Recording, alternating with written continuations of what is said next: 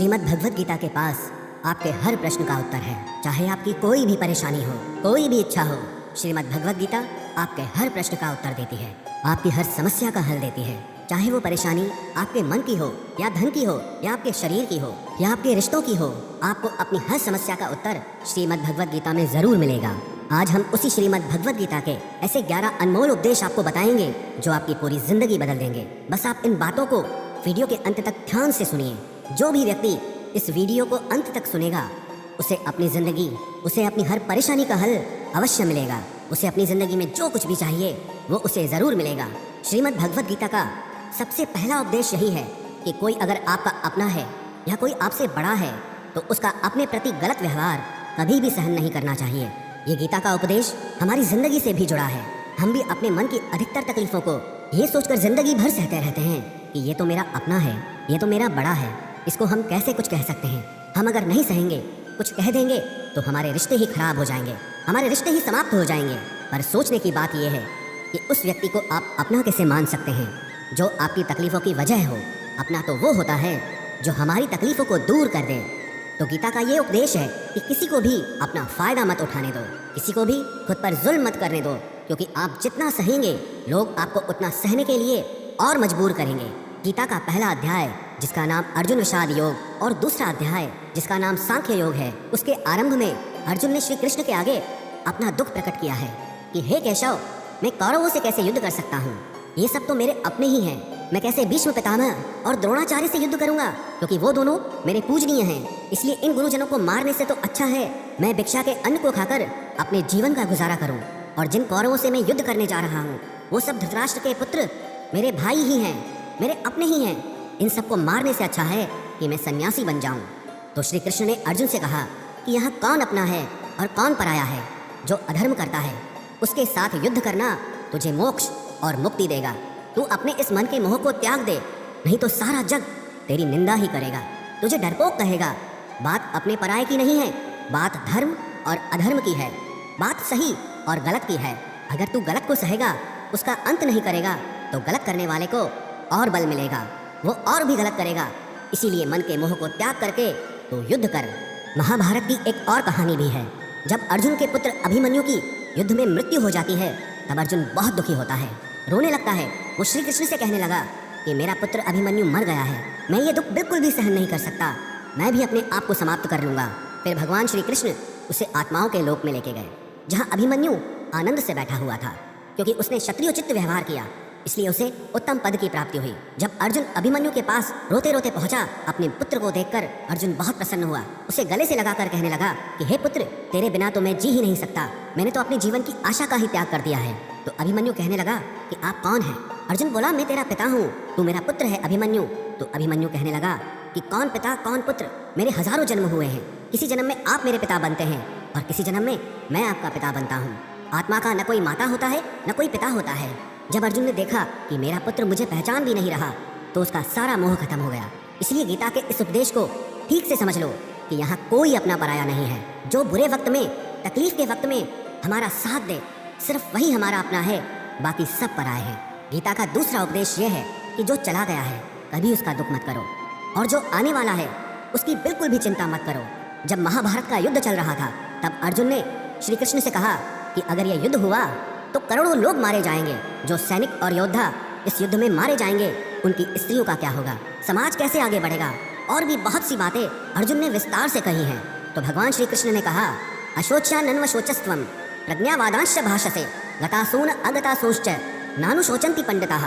श्री कृष्ण बोले, हे अर्जुन, तू बड़ी बड़ी ज्ञानियों जैसी बातें करता है, लेकिन जो सच में ज्ञानी होता है, वो जो लोग मर चुके हैं, जा चुके हैं या एक दिन जाने वाले हैं, उनकी चिंता नहीं करता है, उनका दुख नहीं करता है। तेरे हाथ में कुछ भी नहीं है, तू चाह कर भी कुछ कंट्रोल नहीं कर सकता। जीवन और मरण ये तो प्रकृति की नियति है। इसीलिए जो ज्ञानी होता है वो किसी के मरने पर भी रोता नहीं है। ज्ञानी जन ना ही बीते हुए कल का शोक करते हैं और ना ही आने वाले कल की चिंता करते हैं। इसीलिए जो होने वाला है वो होकर ही रहता है, और जो नहीं होने वाला है वो कभी नहीं होगा। ऐसा निश्चय जिसको समझ में आ जाता है, जिसकी बुद्धि में आ जाता है, उसे कभी कोई चिंता नहीं सताती, कोई दुख नहीं सताता। हमारे सारे दुखों का कारण ही यही है। या तो हम जो वक्त गुजर चुका है उसे सोच सोच कर परेशान होते रहते हैं, या भविष्य की चिंता कर करके खुद को बीमार कर देते हैं, नष्ट कर देते हैं। गीता का ज्ञान हमें यही सिखाता है कि ना तो हम बीता हुआ कल बदल सकते हैं और ना ही आने वाले कल पर कंट्रोल कर सकते हैं। हमारे हाथ में सिर्फ वर्तमान है, सिर्फ आज का ही पल है। हमारा 98% तनाव और चिंताएं भूतकाल और भविष्यकाल के बारे में सोचते रहने से होता है। हम हमेशा उसी में ही जीते रहते हैं, मगर वर्तमान में कभी नहीं जीते, इस पल को कभी नहीं जीते। जब आप वर्तमान का पूरा आनंद लेना सीख जाओगे, तभी आपकी ज़िंदगी से तनाव कम होगा, चिंताएं खत्म होगी। वर्तमान में जीना एक बहुत बड़ी उपलब्धि है। हमारे हाथ में भी सिर्फ आज का ही पल है। हमें जो भी करना है आज ही करना है। कभी भी ये सोचकर समय को नष्ट नहीं करना चाहिए कि अभी मेरे पास बहुत समय बचा है। एक गुरुजी ने अपने एक शिष्य को पारस का पत्थर दिया। उनका वो शिष्य बहुत आलसी था, हर काम को कल पे टाल देता था। तो गुरुजी ने उसे कहा कि मैं तुझे ये पारस पत्थर दे रहा हूँ। इस पारस पत्थर से जब तू लोहे को स्पर्श कराएगा तो वो लोहा स्वर्ण बन जाएगा, सोना बन जाएगा। और ये पारस पत्थर मैं तुझे 1 महीने के लिए दे रहा हूँ। जब 1 महीना समाप्त हो जाएगा तब मैं तुझसे ये पत्थर वापस ले लूँगा। तब तक तू इस पत्थर को अपने पास ही रख। गुरुजी का वो शिष्य बाजार में लोहा खरीदने के लिए गया। जब बाजार में वो लोहा खरीदने पहुंचा तो उसे लोहे का वो रेट बहुत महंगा लगा। उसने कहा थोड़े दिन रुक के ले लूँगा, जब लोहे का रेट कम हो जाएगा। पर उसकी बुद्धि में ये बिल्कुल नहीं आया कि इस लोहे को मैं सोना बनाकर बहुत अधिक धन बना सकता हूँ। लेकिन उसके मन की सुस्ती, उसके मन का आलस्य, उसकी वजह से उसने उस काम को कल पे टाल दिया। ऐसे ही करते करते पूरा महीना समाप्त हो गया। फिर गुरुजी उस शिष्य के पास आ पहुँचे कि बताओ तुमने कितना सोना बनाया। शिष्य बोला कि मैंने तो अभी सोना बनाना शुरू भी नहीं किया। तो गुरुजी ने कहा मुझे मेरा वो पारस पत्थर वापस चाहिए। शिष्य बोला कि नहीं, मुझे थोड़ा वक्त दीजिए, मैं थोड़ा सोना बनाना चाहता हूँ। गुरुजी ने कहा कि ये पारस पत्थर पूरा 1 महीना तेरे पास था, पर तू कुछ नहीं कर पाया, लेकिन अब समय समाप्त हो चुका है। ऐसे ही ये हमारा जीवन है, हमारी जिंदगी है, और ये समय ही पारस पत्थर है। हम समय के एक एक पल से अपने जीवन को सोना बना सकते हैं, लेकिन हमें ये लगता है कि हमारे पास बहुत समय बचा है।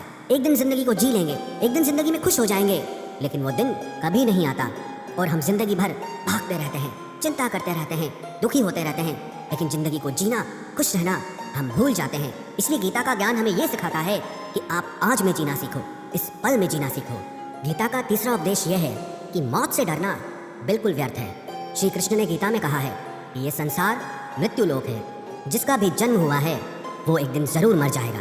जिसका आरंभ हुआ है उसका अंत अवश्य होगा। हम इसे रोक नहीं सकते। जैसे हम रोज कपड़े बदलते हैं, वैसे ही हमारी आत्मा नया शरीर धारण करती है।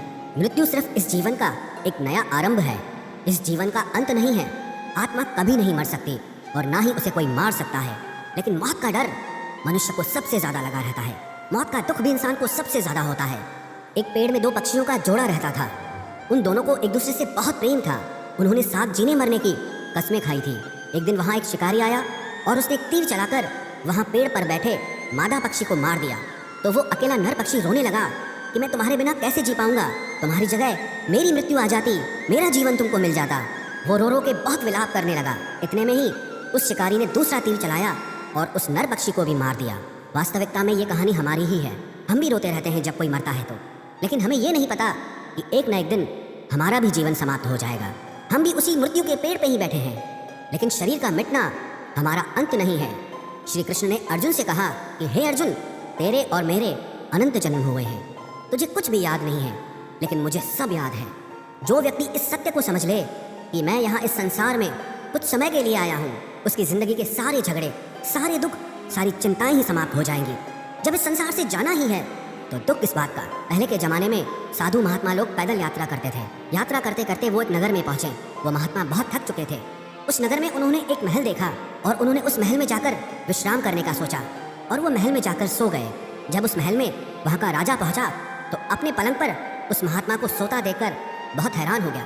राजा उस महात्मा से पूछने लगा कि तुम मेरे महल में कैसे घुस आए और मेरे बिस्तर पर सो रहे हो। महात्मा कहने लगा ये तुम्हारा महल है, मुझे तो लगा ये धर्मशाला है। तो राजा ने कहा आपको मेरा महल धर्मशाला कैसे लगा। तो महात्मा ने राजा से प्रश्न किया कि तुमसे पहले इस महल में कौन रहता था। तो वो राजा बोला कि मुझसे पहले मेरे पिता यहाँ पर रहते थे और उससे पहले मेरे दादाजी यहाँ पर रहते थे। तो महात्मा ने फिर प्रश्न किया कि क्या तुम इस महल में हमेशा रहोगे या तुम्हारे बाद कोई और रहेगा। तो राजा कहने लगा कि मेरे बाद मेरा पुत्र इस महल में रहेगा। तो महात्मा राजा से कहने लगे कि जिस जगह पर रहने वाले बार बार बदल जाते हो उसे घर कैसे कह सकते हो, वो तो धर्मशाला ही है। इसीलिए तेरे महल को धर्मशाला समझकर मैं इसमें रात बिताने के लिए आ गया। धर्मशाला जान जग को, जीव सब मेहमान है, मोह किससे मत करो, सब स्वप्न का सामान है। यदि हम भी इस बात को समझ लें कि हम यहाँ कुछ समय के लिए आए हैं, आनंद करने के लिए आए हैं, खुश रहने के लिए आए हैं, तो हमारे सारे दुख ही समाप्त हो जाएं। जब हम अपना मोह यहाँ जमा लेते हैं, अपना दावा यहाँ जमा लेते हैं कि ये मेरा है, इसे मैं छोड़ नहीं सकता, इसके बिना मैं जी नहीं सकता, तो हमारा जीवन दुखों से भर जाता है। इसलिए जीवन में मृत्यु का भय त्याग करके जीवन का प्रतिपल आनंद लेना चाहिए। गीता का चौथा उपदेश, मन और विचारों को कंट्रोल किए बिना जीवन में कभी शांति और सुकून मिलने वाला ही नहीं है। अर्जुन ने श्री कृष्ण से कहा कि मेरा मन सही गलत सब कुछ जानता है, फिर भी मेरे विचार और मेरा मन मुझसे कंट्रोल नहीं होता। मैं जो करना चाहता हूँ वो कर नहीं पाता हूँ, और जो नहीं करना चाहता हूँ वो मेरा मन मुझसे जबरदस्ती करवाता है। इसीलिए मैं बेचैन हो गया हूँ, मुझे शांति प्राप्त नहीं हो रही। तो श्री कृष्ण ने अर्जुन से कहा, उसके लिए तुझे अपने मन और विचारों से डिटैच होकर अपने मन और विचारों को सही दिशा में ले जाने की प्रैक्टिस करनी होगी, अभ्यास करना होगा। और ये एक दिन का काम नहीं है।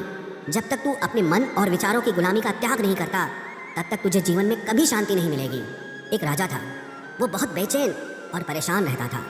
एक दिन वो अपने गुरुजी के पास गया और उनसे कहने लगा कि मेरा मन बहुत बेचैन है, मैं बहुत परेशान हूँ, मैंने पूरे संसार को जीत लिया है, सब कुछ है मेरे पास, पर मैं खुश नहीं हूँ, मेरे मन में सुकून नहीं है, शांति नहीं है।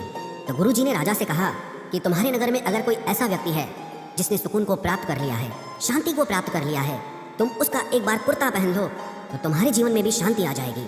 राजा बहुत प्रसन्न हो गया कि ये तो बहुत आसान काम है। वो अपने राजमहल में आया और राजसभा में वो सबसे कहने लगा कि आप लोगों में से जो भी शांत हो चुका हो, जिसे सुकून मिल गया हो, वो अपना कुर्ता मुझे दे दे, वो बदले में जितना भी धन मांगेगा मैं उसे दे दूंगा। सब लोग एक दूसरे का मुंह देखने लगे। पैसों का लालच आया, लेकिन सबको एक दूसरे की सच्चाई पता थी, क्योंकि किसी की जिंदगी में भी शांति और सुकून नहीं था। सब अपना सर झुकाकर वहां पर खड़े हो गए। फिर उस राजा ने पूरे नगर में ढिंढोरा पिटा दिया कि जिसे भी शांति प्राप्त हो चुकी हो, सुकून प्राप्त हो चुका हो, वो मेरे पास आकर अपना कुर्ता दे दे, वो जितना कहेगा उससे उतना ही धन दिया जाएगा। लेकिन एक भी व्यक्ति ऐसा नहीं मिला जिसे शांति प्राप्त हो चुकी हो। वास्तविकता में जब कोई मरता है तब हम कहते हैं कि वो फला व्यक्ति आज शांत हो गया। कभी किसी जिंदा इंसान के लिए नहीं सुना कि एक जीता जागता इंसान शांत हो गया है। राजा के सैनिक पूरे शहर में ढूंढते रहे, फिर उन्हें पेड़ के नीचे एक महात्मा तपस्या करता दिखा, जिसके चेहरे पे एक शांति थी, सुकून था। वो सैनिक उस महात्मा के पास आकर पूछने लगे कि क्या आपने शांति प्राप्त कर ली है, सुकून प्राप्त कर लिया है? महात्मा ने कहा, मैं पूरी तरह से शांत हूँ। तो सैनिक उसे राजा के पास ले आए। राजा ने उस महात्मा से प्रश्न किया कि क्या आपको शांति और सुकून प्राप्त हो चुके हैं? वो महात्मा कहने लगे, महाराज मैं पूरी तरह से शांत हूँ, मुझे कोई चिंता नहीं, मुझे किसी चीज़ की लालच नहीं, मुझे कोई इच्छा नहीं है। तो राजा भी बहुत प्रसन्न हो गए कि आखिर वो व्यक्ति मिल ही गया जिसे शांति की प्राप्ति हो चुकी है, जिसे सुकून प्राप्त हो चुका है। तो राजा उस महात्मा से कहने लगे कि हे महात्मा, आप कृपया करके अपना कुर्ता मुझे दे दीजिए, बदले में आप जो मांगेंगे मैं आपको दे दूंगा।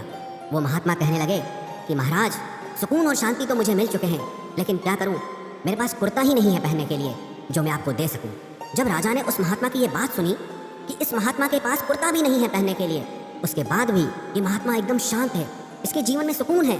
मैं सारी जिंदगी धन को जोड़ने में लगा रहा, दुनिया जीतने में लगा रहा, लेकिन मुझे शांति नहीं मिली, सुकून नहीं मिला, क्योंकि शांति और सुकून बाहर की चीज़ नहीं है, अपने भीतर की चीज़ है। इसीलिए जब तक कोई व्यक्ति अपने मन और विचारों को कंट्रोल नहीं करता, तब तक उसके जीवन में सुकून और शांति नहीं आती। और गीता का उपदेश हमें यही सिखाता है कि जीवन में शांति चाहिए तो मन को शांत करना सीखो। गीता का 5वां उपदेश ये है कि वासना, क्रोध और लालच सर्वनाश का कारण है, नर्क का द्वार है। जिस भी मनुष्य में ये 3 अवगुण होते हैं, वो हमेशा दूसरों को दुख पहुंचाकर अपने ही सुख और स्वार्थ की पूर्ति करता रहता है। किसी भी चीज़ की हद से ज़्यादा वासना करना और क्रोधी स्वभाव होना और मन में लालच होना उसके जीवन के सुख को समाप्त कर देते हैं, उसके सारे रिश्तों में जहर भर देते हैं। इन्हें नर्क का द्वार इसीलिए कहा गया है क्योंकि जिस इंसान में अत्यधिक क्रोध है, लालच है, वासना है, उसका पूरा जीवन जहर से भर जाता है। उसको मरने के बाद नहीं, जीते जी यहीं पर नर्क का दर्शन होता है। गीता का 6वां उपदेश यह है कि सब भगवान एक ही हैं, कोई छोटा बड़ा नहीं है, सब एक परब्रह्म परमात्मा के अलग अलग रूप और नाम हैं। श्री कृष्ण ने गीता के 10वें अध्याय विभूति योग में बताया है कि जितने भी जगत के देवी देवता हैं वो सब मेरी ही विभूति है। मैं ही शिव हूँ, मैं ही इंद्र हूँ, मैं ही यक्षराज कुबेर भी हूँ, मैं ही अग्निदेव हूँ, देवताओं के गुरु बृहस्पति भी मैं हूँ, समुद्र भी मैं ही हूँ, अक्षरों में ओम भी मैं ही हूँ, काल का महाकाल भी मैं ही हूँ, सारे जगत का नाश, उत्पत्ति और पालन करने वाला भी मैं ही हूँ। श्री कृष्ण ने अर्जुन से कहा कि मेरी विभूतियों का कोई अंत नहीं है, इसलिए सब भगवान, सब नाम, सब देवता मेरे ही रूप हैं। इसीलिए तो किसी भी देव या ईश्वर में कभी भेद बुद्धि मत करना, कभी किसी को छोटा बड़ा मत समझना। और गीता का उपदेश हमें ये सिखाता है, कभी भी किसी दूसरे के इष्ट को छोटा नहीं समझना चाहिए, या इस बात पर झगड़े फसाद नहीं करने चाहिए कि कौन बड़ा है और कौन छोटा है। गीता का 7वां उपदेश ये है, सुख की इच्छा ही आखिर में हमारे दुखों का कारण बनती है। श्री कृष्ण ने अर्जुन से कहा कि मनुष्य जितना सुखों की लालसा और इच्छा करता है, उतना ही उसकी इंद्रियां सुख भोग में आसक्त हो जाती है, उतना ही इंसान का मन संसार के सुख और आकर्षण का गुलाम बन जाता है। और जितना सुख के पीछे भागेगा, उतना ही उसे दुख के अनुभव से भी गुजरना पड़ेगा, क्योंकि ये संसार का नियम ही है।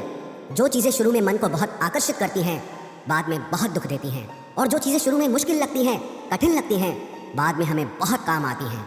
गीता का 8वां उपदेश यह है, जो भी मनुष्य दुनिया के सारे सहारे छोड़कर सिर्फ भगवान को ही अपना सहारा मान लेता है, उसकी हर ज़रूरत वो ईश्वर पूरी करता है, उसकी हर प्रकार से रक्षा वो परमात्मा ही करता है। अनन्याश्चिन्तयो माम ये जनाः पर्युपासते तेषां नित्याभियुक्तानां योगक्षेमं वहाम्यहम्। जो भी व्यक्ति मुझे ही अपना सहारा मानता है, उसका योगक्षेम मैं वहन करता हूँ। योगक्षेमं वहाम्यहम् अर्थात जो चीज़ नहीं मिली है उसकी प्राप्ति कराना, उसका नाम योग है, और जो चीज़ जीवन में मिली हुई है उसकी रक्षा करना, उसका नाम क्षेम है। तो श्री कृष्ण कहते हैं, जो मुझ पे डिपेंड हो जाते हैं, उनको जो चाहिए वो मैं ज़रूर देता हूँ, और उनकी हर प्रकार से मैं रक्षा भी करता हूँ। गीता का 9वां उपदेश यह है कि इस संसार में हमारा कुछ भी नहीं है। गीता सार में आपने कई बार सुना होगा कि तुम्हारा क्या गया जो तुम रोते हो, तुम क्या लाए थे जो तुमने खो दिया, तुमने क्या पैदा किया जो नष्ट हो गया, तुमने जो लिया यहीं से लिया, जो कुछ भी दिया यहीं पर दिया। जो आज तुम्हारा है कल किसी और का होगा, क्योंकि परिवर्तन इस संसार का नियम है। कल तक जिसके बिना आप जी नहीं सकते थे, आज उनसे कोई रिश्ता ही नहीं है, बातचीत तक नहीं है। कहाँ गए वो जीवन भर के सारे रिश्ते, वो सारे मित्र जो साथ जीने मरने की बातें करते थे, आज पता भी नहीं कि वो लोग कहाँ चले गए। ये संसार परिवर्तनशील है, सब लोग यहाँ बदल जाते हैं, हर रिश्ता बदल जाता है, और तो और ये हमारा शरीर भी हर दिन बदल रहा है। बचपन से जवानी, जवानी से बुढ़ापा, और एक दिन ये शरीर हमारा साथ छोड़ देता है। तो किसके लिए रोना और किसकी चिंता करना। हम सारी जिंदगी चीज़ों को, रिश्तों को, जिंदगी को बनाने में, सजाने में, संवारने में लगे रहते हैं, लेकिन एक दिन सब कुछ बिखर जाता है। सारी जिंदगी जिस संपत्ति, जिन रिश्तों के लिए हम लड़ते रहते हैं, एक दिन सब कुछ छोड़ करके हमें इस दुनिया से जाना पड़ता है। गीता का 10वां उपदेश हमें ये सिखाता है कि किसी से भी हद से ज़्यादा मोह कभी मत करना। श्री कृष्ण ने गीता का पूरा ज्ञान ही अर्जुन के मोह को नष्ट करने के लिए कहा है। ये मोह ही है जो इंसान को सबसे ज़्यादा रुलाता है। मोह इतना बलवान है कि शेर जैसे इंसान को भी गीदड़ बना देता है। जो अर्जुन युद्ध में देवताओं से भी जीत गया, पर अपने रिश्तेदारों को युद्ध में देखकर उसका हाथ कांपने लगा। वो बोला, हे केशव, मेरे हाथ में धनुष पकड़ने की ताकत भी नहीं बची है, मेरे हाथ कांप रहे हैं, मैं युद्ध नहीं कर पाऊंगा। ये मोह इतना पेनफुल होता है जिसकी पीड़ा ना सह पाने के कारण कई लोग अपनी जिंदगी खत्म कर देते हैं, आत्महत्या तक कर लेते हैं कि उस व्यक्ति के बिना हम जी नहीं पाएंगे। जीवन में किसी से भी हद से ज़्यादा मोह करोगे तो जीवन भर पीड़ा का ही सामना करना पड़ेगा। जो व्यक्ति अपने मोह से बाहर नहीं आता, उसका सब कुछ उससे छिन जाता है, उसकी सारी खुशी खत्म हो जाती है। इसीलिए गीता का ज्ञान बार बार यही सिखाता है कि अपने मन के मोह को त्याग करके आप बलवान बनो, बुद्धिमान बनो, सत्य के दर्शन करो कि वास्तविकता क्या है। क्योंकि हमारा मोह हमें हमेशा झूठ ही दिखाता है, झूठ पे ही विश्वास दिलाता है और दिल में झूठी उम्मीदें जगाता है, और ये ही हमारे दुखों का सबसे बड़ा कारण है। हम ही मोह कर लेते हैं, हम ही लोगों से उम्मीदें लगा बैठते हैं, पर वास्तविकता बिल्कुल अलग होती है। लोग वैसे नहीं होते जैसे हम मान लेते हैं, जैसा हम समझ लेते हैं, क्योंकि मोह के कारण हमें सच्चाई नहीं दिख पाती, लोगों का असली चेहरा नहीं दिख पाता। इसीलिए गीता का उपदेश हमें ये सिखाता है कि जीवन में अगर आनंद और प्रसन्नता से रहना है तो किसी में भी हद से ज़्यादा मोह कभी मत करना। गीता का 11वां उपदेश ये है कि इस दुनिया में अगर आए हो तो दुख तो मिलेगा ही मिलेगा। दुख से कभी घबराना मत, दुख से कभी डरना मत। श्री कृष्ण ने गीता में कहा है कि ये संसार दुखालयम अशाश्वतम है, अर्थात ये संसार दुखों का घर है। जैसे औषधालय में औषधि मिलती है, पुस्तकालय में पुस्तकें मिलती है, चिकित्सालय में चिकित्सा होती है, वैसे इस संसार को भी श्री कृष्ण ने एक नाम दिया है, दुखालय, जहाँ पर दुख मिलता हो। दुख तो यहाँ हर किसी के जीवन में आता ही है, लेकिन अगर दुख आया है तो सुख भी आएगा। इसीलिए दुख से कभी डरना नहीं चाहिए, क्योंकि ये संसार दुखालय भी है और अशाश्वत भी है। अशाश्वत का मतलब यही होता है कि यहाँ परमानेंट कुछ भी नहीं है, यहाँ सब कुछ बदल जाता है। दुख सुख में बदल जाता है और सुख दुख में बदल जाता है। सम्मान अपमान में और अपमान सम्मान में बदल जाता है। खुशी दर्द में और दर्द खुशी में कभी भी बदल जाती है। जीत हार में और हार जीत में, जहाँ कभी भी कुछ भी बदल सकता है। कुछ भी परमानेंट नहीं है, ना ही हम परमानेंट हैं, ना ही हमसे जुड़ी कोई चीज़ यहाँ पर परमानेंट है, क्योंकि ये संसार अशाश्वत है, शाश्वत नहीं है। यहाँ सब कुछ बदलने वाला है, यहाँ कुछ भी परमानेंट नहीं रहेगा। तो आपका दुख भी परमानेंट नहीं रहेगा, इसलिए दुख से कभी भी डरना नहीं चाहिए। गीता का ये उपदेश हजारों साल पुराना है, लेकिन आज भी नए से नया है। पूरे विश्व में गीता को सबसे ज़्यादा पढ़ा गया है और सबसे कम समझा गया है। श्रीमद् भगवद गीता का ये उपदेश अगर कोई व्यक्ति ठीक से समझ ले और उसे अपनी ज़िंदगी में उतार ले, तो ये पक्की बात है, वो अपनी ज़िंदगी में जो चाहे वो हासिल कर सकता है। अपनी जीवन की हर समस्या से वो एक पल में बाहर आ सकता है। श्रीमद् भगवद गीता के इस दिव्य उपदेश को हमें बार बार सुनना चाहिए, हर रोज़ सुनना चाहिए। जब भी जीवन में कोई चिंता या परेशानी आए तो एक बार इस उपदेश को जरूर सुन लेना और मन में ये विश्वास रखना कि गीता का ये उपदेश आपकी ज़िंदगी की हर परेशानी में आपको राह अवश्य दिखाएगा।